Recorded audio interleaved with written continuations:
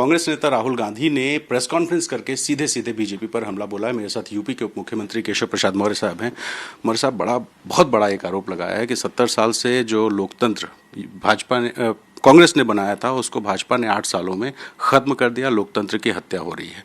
क्या कहेंगे इस बड़े आरोप पर? देखिए, अगर कोई भ्रष्टाचार की खेती करके और उसमें ईमानदारी का फल दिखाने की कोशिश करे तो यह जैसे सबसे बड़ा झूठ है। कोई बबूल का पेड़ लगा करके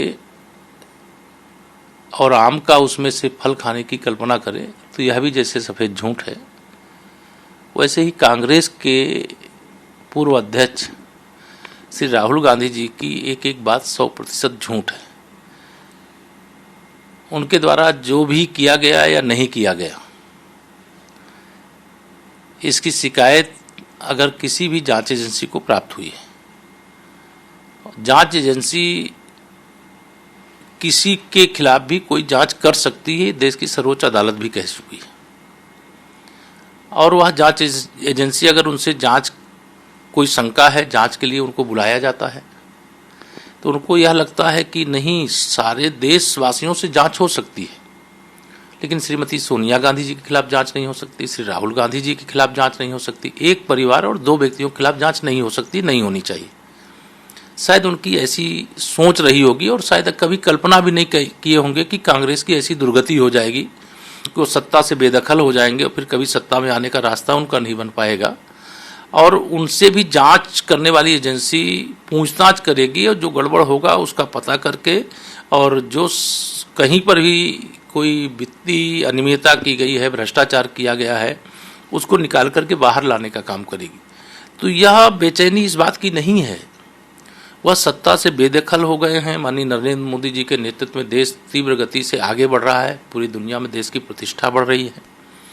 दूसरा कि वह श्रीमती सोनिया गांधी जी को ईडी ने क्यों बुलाया, श्री राहुल गांधी जी को क्यों बुलाया, ये तो संविधान से, कानून से, देश से भी बड़े हैं ऐसा इनको लगता है।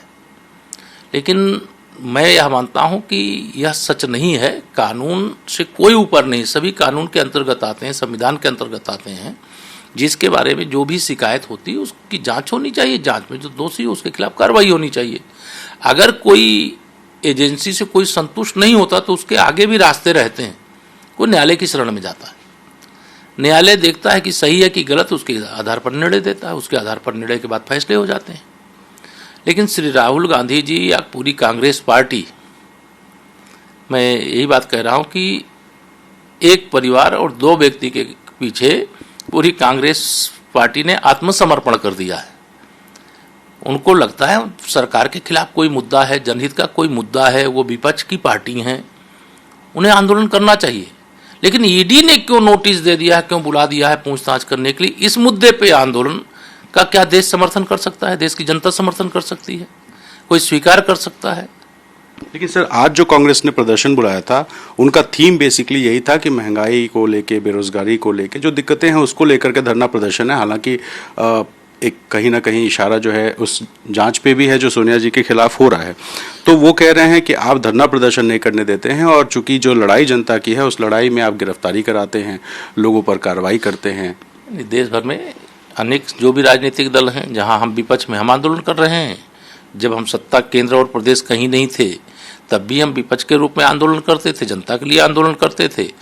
कभी हमने इस बात के लिए आंदोलन नहीं किया कि माननीय नरेंद्र मोदी जी के ऊपर इतने गंभीर आरोप कांग्रेस की सरकार रहते हुए क्यों लगाए गए, जिसे बाद में सर्वोच्च न्यायालय ने पूरी तरह खारिज कर दिया। पूछताछ के लिए अगर सीबीआई बुलाती थी, ईडी बुलाती थी, तो चाहे माननीय नरेंद्र मोदी जी हों, चाहे माननीय अमित शाह जी हों, चाहे हमारे कोई अन्य नेता रहे, उस जांच का सामना करते थे। और जब जांच संपन्न हो जाती थी तो उसके बाद जो सच होता था देश के सामने, देश की जनता के सामने आता था। आंदोलन तो किसी भी राजनीतिक दल का संवैधानिक अधिकार है। अगर ये अधिकार नहीं होता तो कैसे आंदोलन कांग्रेस के लोग कर रहे होते? आंदोलन करते हैं, लेकिन आंदोलन की एक मर्यादा है कि हाँ, आंदोलन में जैसे हम लोग भी बहुत सारे आंदोलन राजनीतिक करते थे।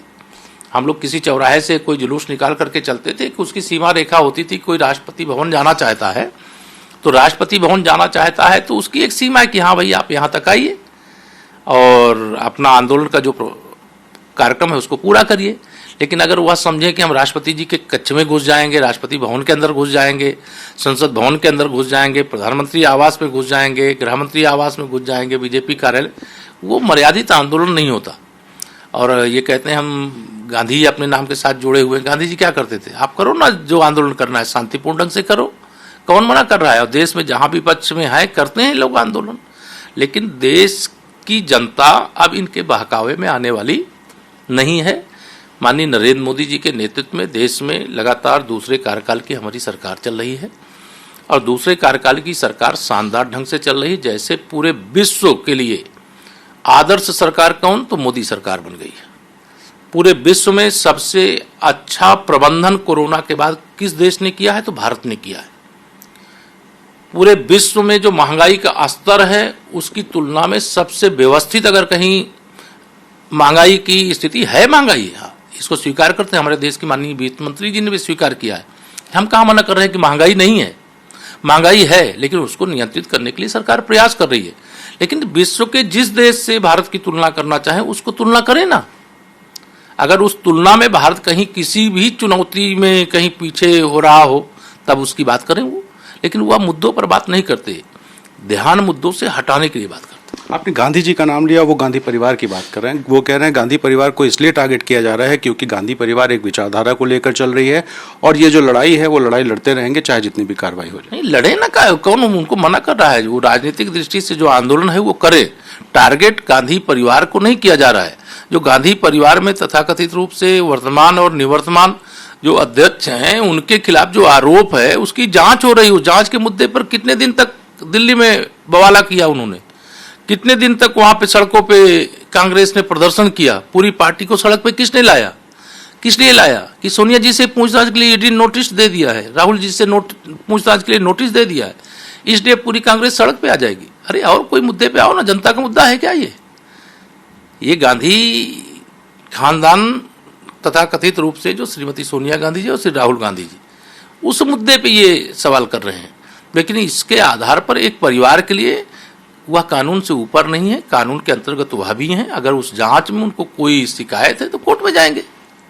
चलिए आखिर सवाल सर, यूपी में अगर उससे जुड़ा कोई प्रॉपर्टी होती है, कहीं जांच आती है तो उत्तर प्रदेश सरकार की भूमिका किस तरह की रहने वाली? अभी ये हमारा विषय ही नहीं है, ये तो ईडी जांच कर रही है। अगर उनको कुछ मिलेगा, कोई विषय होगा यूपी से भी जुड़ा हुआ तो वो ईडी देखेगी। अभी हम लोगों का कानून के अनुसार हमारे देश में, हमारे प्रदेश में शासन चल रहा है और कानून के हिसाब से चलता रहेगा। किसी दल के किसी प्रदर्शन से सरकार के किसी तंत्र को दबाव में आना भी नहीं चाहिए और मुझे लगता आएगा भी नहीं। उनको जांच की प्रक्रिया करने का अधिकार है और उनको जांच में कोई कमी है तो उसके आधार पर उनको कोर्ट में जाने का अधिकार है। बहुत शुक्रिया। तो किसी भी एजेंसी को जांच का अधिकार है और किसी को भी जांच में शामिल होना चाहिए, एक कहना है केशव प्रसाद मौर्य जी का, जिन्होंने कहा कि प्रधानमंत्री मोदी के ऊपर भी बड़े आरोप लगे थे और जब जब एजेंसीज ने उन पर बुलाया तो वो पहुंचे, जांच में सहयोग किया और जांच में साफ बाहर आ गए। ऐसे में सोनिया गांधी, राहुल गांधी या जो भी ऐसे लोग हैं जिनके ऊपर आरोप हैं उन लोगों को सहयोग करना चाहिए और इस तरह से आरोप लगाकर भारतीय जनता पार्टी को निशाने पर नहीं लेना चाहिए। कैमरा पर्सन प्रेम सिंह के साथ रणवीर, एबीपी न्यूज़, लखनऊ।